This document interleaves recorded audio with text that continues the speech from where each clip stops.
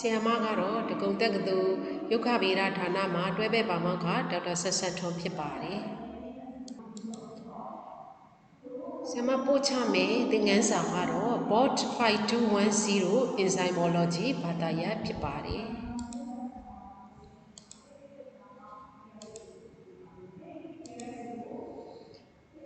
Di Badayama chapter Segu Shibari, Dini Pochame, the Gansaharo, chapter 1 Introduction. Chapter 2 Enzymology, Chemical Nature or Enzyme. Chapter 4 Structure and Mechanisms of Enzyme.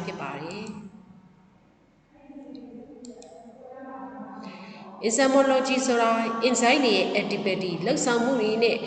biochemical ရဲ့သဘောတဘာဝတွေနဲ့ပတ်သက်တဲ့သိပ္ပံပညာရပ်ရဲ့ branch ဖြစ်ပါတယ် Enzymology ဟာ biochemistry, biotechnology, molecular and cell biology, microbiology, pharmacology, organic chemistry နဲ့ structural biology တွေနဲ့ဆက်နှီးနွယ်နေပါတယ် Enzymology ဟာ brewing and industry of the fermentation beer နဲ့ EHS လုပ်ငန်းတွေ pest control ပိုးမွှားတွေကိုထိန်းချုပ်ခြင်းတွေ chemical welfare ဓာတုစစ်စင်ရေးတွေမှာလှုပ်ဆောင်မှုတွေမှာအရေးပါတဲ့အသုံးပြုမှုတွေပါရှိပါတယ်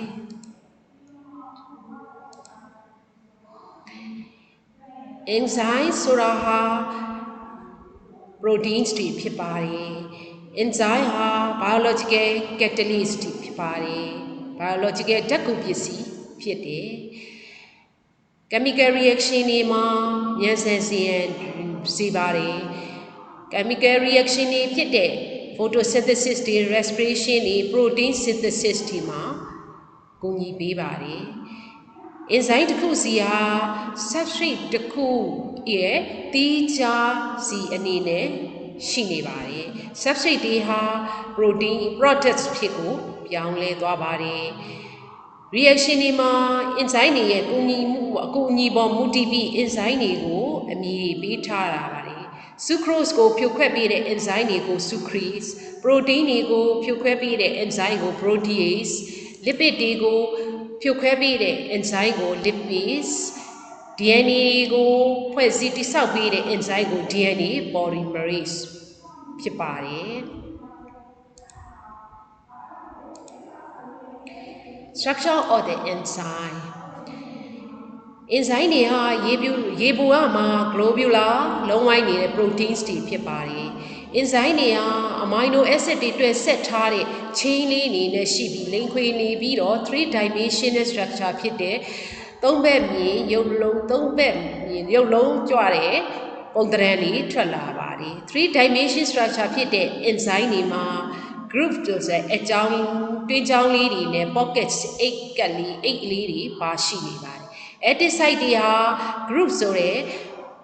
တွင်းလေးကြောင်းလေးတွေထဲမှာရှိနေပြီးအဲ့ဒီနေရာမှာပဲ substrate နဲ့လာပြီးတော့ပေါင်းဆက်ပါတယ် enzyme တစ်ခုစီမှာရှိတဲ့ active enzyme တစ်ခုပေါ်မှာ active site တစ်ခုမျှသာပါရှိနေပါတယ်အဲ့ဒီ enzyme တွေနဲ့ substrate တွေပေါင်းပြီးဆိုရင် enzyme ရဲ့ active site တွေပေါ်မှာ substrate တွေဟာလာပြီးတော့တွဲဆက်ပါတယ် figure လေးမှာဖော်ပြထားပါတယ်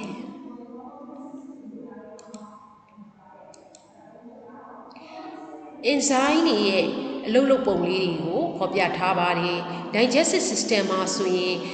enzyme များဟာbody တွေထဲမှာ large complex molecule ကနေ smaller molecule အဖြစ်နဲ့ကိုဖြုတ်ခွဲပေးတာကိုညီပေးပါတယ် body ထဲမှာရှိနေတဲ့ glucose တွေကို purines တွေအနေနဲ့စွမ်းအင်လေးတွေအနေနဲ့အသုံးပြုလို့ရအောင်ကူညီပေးပါတယ် DNA replication မှာ DNA coin ကိုအလိပ်တွေကို unwinding ပြည်စေရန်အတွက်အကူအညီပေးပါတယ်ဒါအပြင် information အကြောင်းအရာချက်လက်တွေကိုလည်း copy ကူးပေးပါတယ် liver enzyme ဟာဆိုရင်တော့ body ထဲမှာ toxic ဖြစ်နေတဲ့အရာတွေကိုဖြိုခွဲပေးလိုက်တဲ့ enzyme ဖြိုခွဲပေးနိုင်တဲ့ enzyme တော်တော်များများကိုအသုံးပြုပါတယ် scope of the enzyme enzyme တွေမှာ complex ဖြစ်တဲ့ halo enzyme နဲ့ simple ဖြစ်တဲ့ enzyme ဆိုပြီးနှစ်ခုရှိပါတယ်အုပ်စုနှစ်ခုခွဲထွက်သွားပါတယ် complex or halo enzyme ဟာ protein အစိတ်ပိုင်းတွေပါနေတဲ့ enzyme ရဲ့ non protein အစိတ်ပိုင်းတွေပါတဲ့ cofactor ရဲ့ရှိပါတယ်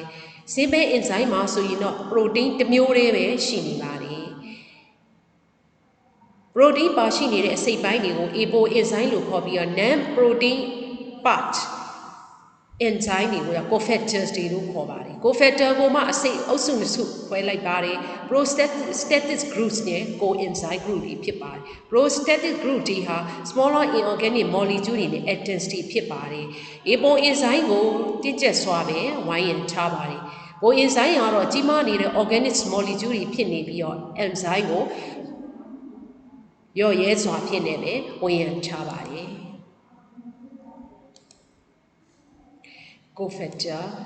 cofactor ဟာ non protein chemical compound လေးဖြစ်နေပါတယ်ဒါမှမဟုတ်ရင်လည်း metallic ion ဆိုတဲ့သံသတ္တု ions လေးဖြစ်ပါတယ်ဒီ cofactor လေးဟာ chemical reaction တွေမှာ substrate နဲ့ပေါင်းတဲ့နှုံးတွေကိုမြန်စီပါတဲ့ catalyze ဓာတ်ကူပစ္စည်းအနေနဲ့ enzyme တွေရဲ့လှုပ်ဆောင်မှုတွေအတွက်လိုအပ်တဲ့အရာလေးဖြစ်ပါတယ် cofactor လေးဟာ helper molecule လို့သတ်မှတ်လို့ရပါတယ် biochemical transformation ဆိုတဲ့ biochemical ပြောင်းလဲတဲ့ဖြစ်စဉ်တွေမှာပါဝင်လှုပ်ဆောင်ပေးပါတယ် cofactor လေးဟာလာပြီးတော့မတွက် protein မှာမတွက်ဆက်ခင်မှာ enzyme ဟာ active protein ဖြစ်နေပြီးတော့ cofactor လေး protein မှာ binding လုပ်လိုက်တဲ့အချိန်မှာ active protein အနေနဲ့ဖြစ်ပါတယ် cofactor ဟာ binding site မှာလာပြီးတော့တွက်ဆက်နေတဲ့ပုံလေးဖြစ်ပါတယ် mechanisms of the enzyme action ဒီ figure မှာဒါတော့ substrate enzyme တွေမှာရှိနေတဲ့ active site လေးမှာ substrate တွေကလာပြီးတော့ပေါင်းတဲ့အခါမှာ enzyme တွေဟာ energy တွေကို activation နှိုးဆွပေးတဲ့အချိန်နှိုးဆွပေးခြင်းဟာအနည်းဆုံးအခြေအနေနဲ့ enzyme တွေအလုပ်လုပ်ပါတယ် enzyme နဲ့ substrate တွေကလာပြီးတော့တွဲဆက်သွားတယ် substrate တွေနဲ့လာပေါင်းတဲ့အချိန်မှာ enzyme တွေရဲ့ပုံသဏ္ဍာန်ဟာနည်းငယ်ပြောင်းလဲသွားပါတယ် enzyme နဲ့ products တွေဟာရောသွားပြီး complex ဖြစ်သွားပြီးဆိုရင် enzyme ရဲ့ active site မှာနေပြီး product တွေဟာထွက်သွားပါတယ်အဲ့ဒီအနေအထားမှာ enzyme တွေဟာဓာတုဗေဒအရာလာပြီးတော့ enzyme နဲ့ပေါင်းပြီးတော့ substrate တွေဟာတူကဲမှုဖြစ်စဉ်တွေဖြစ်သွားပြီးတော့ product အခြေအနေကိုရောက်ရှိသွားတာကို figure လေးနဲ့ဖော်ပြထားပါတယ်ဒီ chemical reaction လေးမှာတော့ enzyme တွေနဲ့ substrate တွေနဲ့ပေါင်းပြီးတော့ enzyme substrate complex ဖြစ်တယ် enzyme နဲ့ဖြစ်ပြီးတော့ product ဖြစ်နေထွက်သွားပါတယ် enzyme ဆိုတဲ့ E ဟာ E လေးသင်္ကေတလေးအမှတ်သားလေးမှာအနေနဲ့ပြောထားပြီးတော့ enzyme ဟာ chemical reaction တွေမှာဓာတ်ပြုတဲ့အခါမှာလျင်မြန်စေပါတယ်ဒီဓာတ်ပြုဖြစ်စဉ်ရဲ့ process ကအစပိုင်းမှာရှိတဲ့ molecule လေးကိုတော့ substrate လို့ခေါ်ပါတယ်သင်္ကေတအမှားသား S နဲ့ဖော်ပြထားပါတယ်ဒီ enzyme တွေဟာ substrate တွေကိုအမျိုးမျိုးသော molecule တွေဖြစ်နေပြောင်းလဲပေးပြီးတဲ့အခါမှာ products တွေဖြစ်နေထွက်သွားပြီးတော့ဒီ products တွေကို P ဖြစ်ဆိုတဲ့အမှတ်သားလေးနဲ့သတ်မှတ်ထားပါတယ် chemical nature of enzyme တွေရဲ့ activities တွေဟာအခြားသော molecule တွေရဲ့ကြောင့်သက်ရောက်မှုတွေဖြစ်ပေါ်စေတယ် inhibitors တွေဖြစ်တဲ့တော်များများ drugs တွေနဲ့ poison တွေဟာ enzyme ရဲ့ activities တွေကိုလျော့ကျစေတယ်ဒါအပြင် enzyme ရဲ့ chemical reaction တွေကိုလည်းလျင်မြန်အောင်နှိုးဆွပြီး active force တွေဖြစ်တယ် enzyme တွေရဲ့ activity တွေကိုရော့ကျစေခြင်းဟာ optimal temperature နဲ့ neutral pH တွေဟုတ်တဲ့အခါမှာလို့မှတ်သားရတယ်။ကျို့သော enzyme များဟာ commercial တွေမှာစီးပွားဖြစ်အနေနဲ့အသုံးပြုပါတယ်။ antibiotic ပိဋိဆေးဝါးဆေးတွေကိုဖွဲ့စည်းတဲ့အခါမှာထုတ်လုပ်တဲ့အခါမှာအသုံးပြုတယ်။ကျို့သော enzyme တွေဟာ household product တွေဖြစ်တဲ့အိမ်အသုံးဆောင်ပစ္စည်းတွေမှာ enzyme တွေကိုဓာတ်ပြုခြင်းမှာလျင်မြန်စေရန်အတွက်အသုံးပြုပါတယ်။ ဒီ figure လေးမှာတော့ enzyme ဖြစ်တဲ့ glucoside enzyme ဟာ maltose ဆိုတဲ့ sugar substrate တွေကို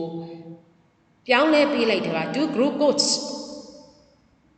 products နှစ်ခုအဖြစ်နဲ့ရရှိစေပါတယ် active site မှာရှိတဲ့ residue တွေဟာအနီရောင်လေးနဲ့ဖော်ပြထားပြီးတော့ maltose substrate တွေတော့အမဲရောင်လေးဖြစ်နေပါတယ် NAD ဆိုတဲ့ nicotinamide adenosine dinucleotide ဟာ cofactor လေးအနေနဲ့အဝါရောင်နဲ့ဖော်ပြထားပါတယ်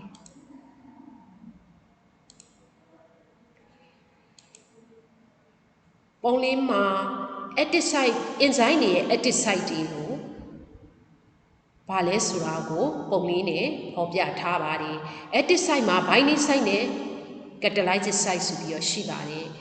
active site တွေဟာ enzyme တွေရဲ့ region စိတ်ပိုင်းလေးတွေဖြစ်ပါတယ်အဲ့ဒီနေရာလေးမှာ substrate နဲ့လာပေါင်းပြီး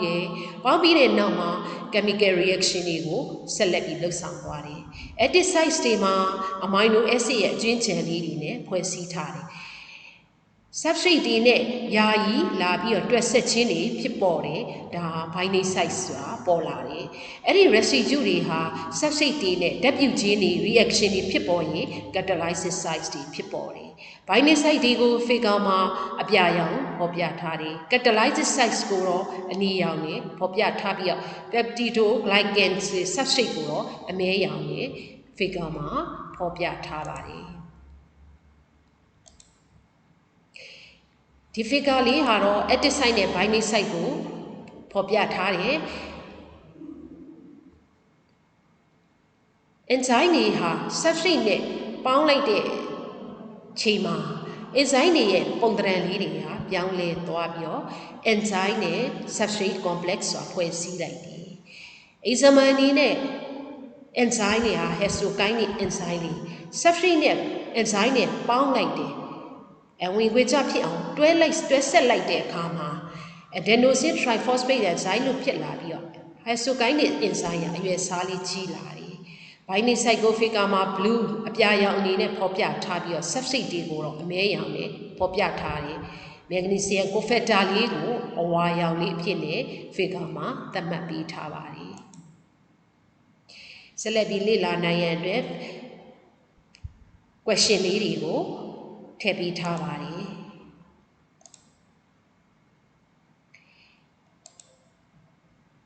ဒီနေ့ပို့ချတဲ့သင်ခန်းစာလေးကတော့ပြီးဆုံးသွားပါတယ်ကျေးဇူးတင်ပါတယ်